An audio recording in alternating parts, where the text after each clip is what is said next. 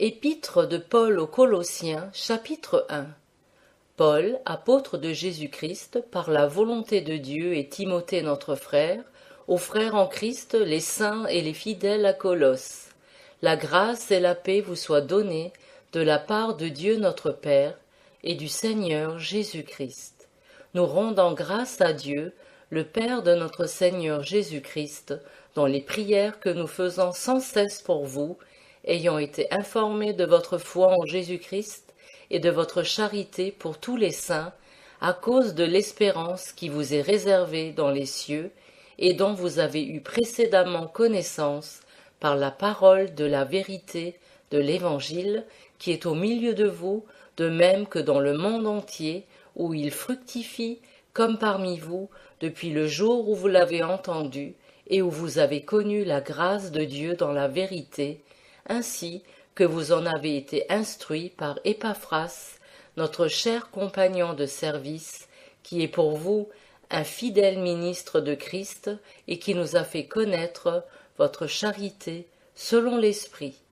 C'est pourquoi, depuis le jour où nous l'avons appris, nous n'avons cessé de prier pour vous et de demander que vous soyez remplis de la connaissance de sa volonté en toute sagesse et intelligence spirituelle, de telle sorte que vous vous conduisiez d'une manière digne du Seigneur, pour lui plaire en toutes choses, portant des fruits, en toutes sortes de bonnes œuvres, et croissant dans la connaissance de Dieu, fortifiés en toute manière, selon sa puissance glorieuse, pour avoir toute patience et constance, avec joie, rendant grâce au Père, qui nous a rendus capables d'avoir part à l'héritage des saints dans la lumière, qui nous a délivrés de la puissance des ténèbres et nous a fait passer dans le royaume de son Fils bien-aimé, en qui nous avons la rédemption par son sang, la rémission des péchés.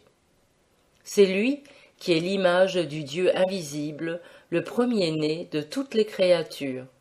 Car c'est en lui qu'ont été créées toutes choses dans les cieux et sur la terre, les visibles et les invisibles, soit les trônes, soit les dominations, soit les principautés, soit les puissances.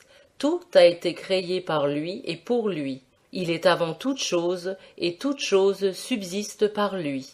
Et c'est lui qui est la tête du corps de l'Église, il est le commencement, le premier-né d'entre les morts, afin qu'il tienne le premier rang en toutes choses.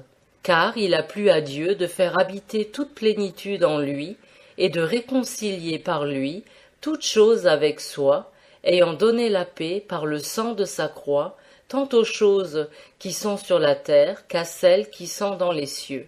Vous aussi, qui étiez autrefois éloignés et ennemis par vos pensées et vos mauvaises œuvres, il vous a maintenant réconciliés dans le corps de sa chair par sa mort pour vous présenter devant lui, saints, sans tache et irrépréhensibles, pourvu que vous demeuriez fondés dans la foi et inébranlables, n'abandonnant point l'espérance de l'Évangile que vous avez entendu, qui a été prêché à toute créature sous le ciel, et dont moi, Paul, j'ai été fait ministre. Je me réjouis maintenant dans mes souffrances pour vous, et j'achève de souffrir en ma chair le reste des afflictions de Christ pour son corps, qui est l'Église, dont j'ai été fait ministre, selon la charge que Dieu m'a donnée auprès de vous, pour annoncer pleinement la parole de Dieu, le mystère qui était caché dans tous les siècles et dans tous les âges, mais qui est maintenant manifesté à ses saints, à qui Dieu a voulu faire connaître quelle est la richesse de la gloire de ce mystère parmi les gentils, savoir Christ en vous, l'espérance de la gloire. C'est lui que nous annonçons, exhortant tout homme et enseignant tout homme en toute sagesse, afin de rendre tout homme parfait en Jésus-Christ. C'est aussi à quoi je travaille, en combattant par sa vertu qui agit puissamment en moi. Épître de Paul aux Colossiens, chapitre 2. Je veux en effet que vous sachiez combien est grand le combat que je soutiens pour vous et pour ceux de Laodicée et pour tous ceux qui ne m'ont jamais vu en personne, afin que leur cœur soit consolé et lié étroitement ensemble dans la charité, pour être enrichis d'une parfaite intelligence, pour connaître le mystère de Dieu le Père et de Christ, en qui sont renfermés tous les trésors de la sagesse et de la science. Je dis ceci afin que personne ne vous abuse par des discours séduisants. Car si je suis absent de corps, je suis pourtant avec vous en esprit, me réjouissant de voir parmi vous le bon ordre et la fermeté de votre foi en Christ. Ainsi, comme vous avez reçu le Seigneur Jésus-Christ, marchez avec lui, enracinés et fondés en lui, et affermis dans la foi, selon que vous avez été enseignés, abondant en elle avec action de grâce. Prenez garde que personne ne vous séduise par la philosophie et par de vaines tromperies, selon la tradition des hommes, selon les rudiments du monde, et non selon Christ. Car en lui, toute la plénitude de la divinité habite corporellement. Et vous avez toute plénitude en lui, qui est le chef de toute principauté et puissance. En lui aussi vous avez été circoncis, d'une circoncision faite sans main, en dépouillant le corps des péchés de la chair, ce qui est la circoncision de Christ, ayant été ensevelis avec lui par le baptême, en lui aussi vous êtes ressuscités par la foi en la puissance de Dieu qui l'a ressuscité des morts. Et quand vous étiez morts dans vos péchés et dans votre incirconcision charnelle, il vous a vivifiés avec lui, vous ayant pardonné toutes vos fautes. Il a effacé ce qui était contre nous, l'obligation des ordonnances qui s'élevait contre nous, et il l'a entièrement annulé en l'attachant à la croix, ayant dépouillé les principautés et les puissances qu'il a publiquement exposées en spectacle, en triomphant d'elles sur cette croix. Que personne donc ne vous condamne au sujet du manger ou du boire, ou au sujet d'un jour de fête, ou de nouvelle lune, ou de sabbat. C'était l'ombre des choses qui devaient venir, mais le corps en est en Christ. Que personne ne vous ravisse le prix par une humilité affectée et par le culte des anges, s'ingérant dans des choses qu'il n'a point vues, étant témérairement enflé de son sang charnel et ne s'attachant pas au chef, duquel tout le corps, joint et étroitement uni, au moyen des jointures et des liens, s'accroît d'un accroissement selon Dieu. Si donc vous êtes morts avec Christ, quant aux rudiments du monde, pourquoi vous charge-t-on de ces préceptes comme si vous viviez encore au monde, en vous disant « ne mange pas, ne goûte pas, ne touche pas », préceptes qui sont tous pernicieux par leur abus, suivant les ordonnances et les doctrines des hommes, lesquels ont, à la vérité, quelque apparence de sagesse dans un culte volontaire et dans une certaine humilité et dans une austérité du corps qui n'a aucun égard à ce qui peut satisfaire la chair. Épître de Paul aux Colossiens, chapitre 3. Si donc vous êtes ressuscités avec Christ, cherchez les choses d'en haut, où Christ est assis à la droite de Dieu. Affectionnez-vous aux choses d'en haut, et non à celles de la terre, car vous êtes morts et votre vie est cachée avec Christ en Dieu, mais quand Christ, qui est votre vie, paraîtra, alors vous serez aussi manifestés avec lui dans la gloire. Faites donc mourir ce qui dans vos membres tient à la terre, la fornication, l'impureté, les passions, les mauvais désirs et l'avarice qui est une idolâtrie, car c'est pour ces choses que la colère de Dieu vient sur les enfants de rébellion, dans lesquels vous aussi vous avez marché autrefois, lorsque vous viviez en elle. Mais maintenant, vous aussi, renoncez à toutes, à la colère, à l'animosité, à la méchanceté, à la médisance, aux paroles déshonnêtes qui n'en sortent pas de votre bouche. Ne mentez point les uns aux autres, ayant dépouillé le vieil homme avec ses œuvres, et ayant revêtu le nouvel homme qui est renouvelé dans la connaissance à l'image de celui qui l'a créé. Ici, il n'y a ni grec, ni juif, ni circoncis, ni incirconcis, ni barbare, ni scythe, ni esclave, ni libre, mais Christ est en tous. Revêtez-vous donc comme des élus de Dieu, saints et bien-aimés, d'entrailles de miséricorde, de bonté, d'humilité, de douceur, de patience, vous supportant les uns les autres et vous pardonnant les uns aux autres, si l'un a quelque sujet de plainte contre l'autre.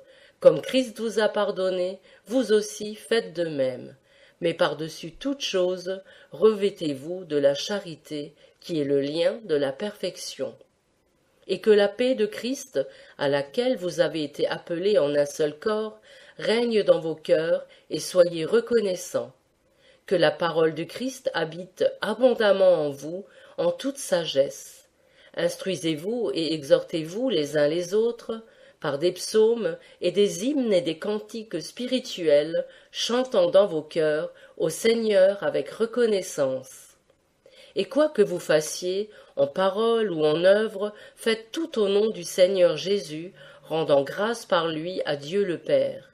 Femmes, soyez soumises à vos propres maris, comme il convient selon le Seigneur. Maris, aimez vos femmes, et ne vous aigrissez point contre elles. Enfants, obéissez à vos parents en toutes choses, car cela est agréable au Seigneur. Pères, n'irritez point vos enfants, de peur qu'ils ne perdent courage. Serviteurs, obéissez en toutes choses à vos maîtres selon la chair, ne servant pas seulement sous leurs yeux, comme pour plaire aux hommes, mais avec simplicité de cœur, dans la crainte de Dieu. Et quoi que vous fassiez, faites-le de bon cœur, comme pour le Seigneur et non pour les hommes, sachant que vous recevrez du Seigneur la récompense de l'héritage, car vous servez Christ le Seigneur. Mais celui qui agit injustement recevra selon son injustice, et il n'y a point d'acception de personne. Épître de Paul aux Colossiens, chapitre 4. Maîtres, accordez à vos serviteurs ce qui est juste et équitable, sachant que vous avez, vous aussi, un Maître dans les cieux. Persévérez dans la prière, y veillant avec action de grâce, priez en même temps pour nous, afin que Dieu nous ouvre la porte de la parole pour annoncer le mystère de Christ, à cause de qui je suis dans les chaînes, et que je le fasse connaître comme il faut que j'en parle. Conduisez-vous avec sagesse envers ceux du dehors, en rachetant le temps. Que votre parole soit toujours accompagnée de grâce et assaisonnée de sel, de manière que vous sachiez répondre à chacun comme il faut. Tychik, le frère bien-aimé, fidèle ministre et mon compagnon de service dans le Seigneur, vous apprendra tout ce qui me regarde. Je vous l'ai envoyé exprès, afin qu'il connaisse les choses qui vous concernent et qu'il console vos cœurs, avec Onésime, fidèle et bien-aimé frère, qui est de votre pays, ils vous informeront de tout ce qui se passe ici. Aristarque, mon compagnon de captivité, vous salue, ainsi que Marc, cousin de Barnabas, pour lequel vous avez reçu des ordres. S'il va chez vous, recevez-le. Jésus, surnommé Justus, vous salue aussi. Ils sont de la circoncision, et ce sont les seuls compagnons d'œuvre dans le royaume de Dieu, qui étaient pour moi une consolation. Épaphras, qui est des vôtres et serviteur de Christ, vous salue. Il ne cesse de combattre pour vous dans ses prières, pour que vous soyez parfaits et accomplis dans toute la volonté de Dieu. Car je lui rends le témoignage qu'il a un grand zèle pour vous et pour ceux de Laodicée et de Hiérapolis. Luc, le médecin bien-aimé, vous salue ainsi que Démas. Saluez les frères de Laodicée et Nymphas et l'Église qui est dans sa maison. Et après que cette lettre aura été lue parmi vous, faites en sorte qu'elle soit lue aussi dans l'Église des Laodicéens et que vous lisiez aussi celle de Laodicée. Et dites à Archippe, considère bien le ministère que tu as reçu du Seigneur afin de le bien remplir. Moi, Paul, je vous salue de ma propre main, souvenez-vous de mes liens. La grâce soit avec vous. Amen.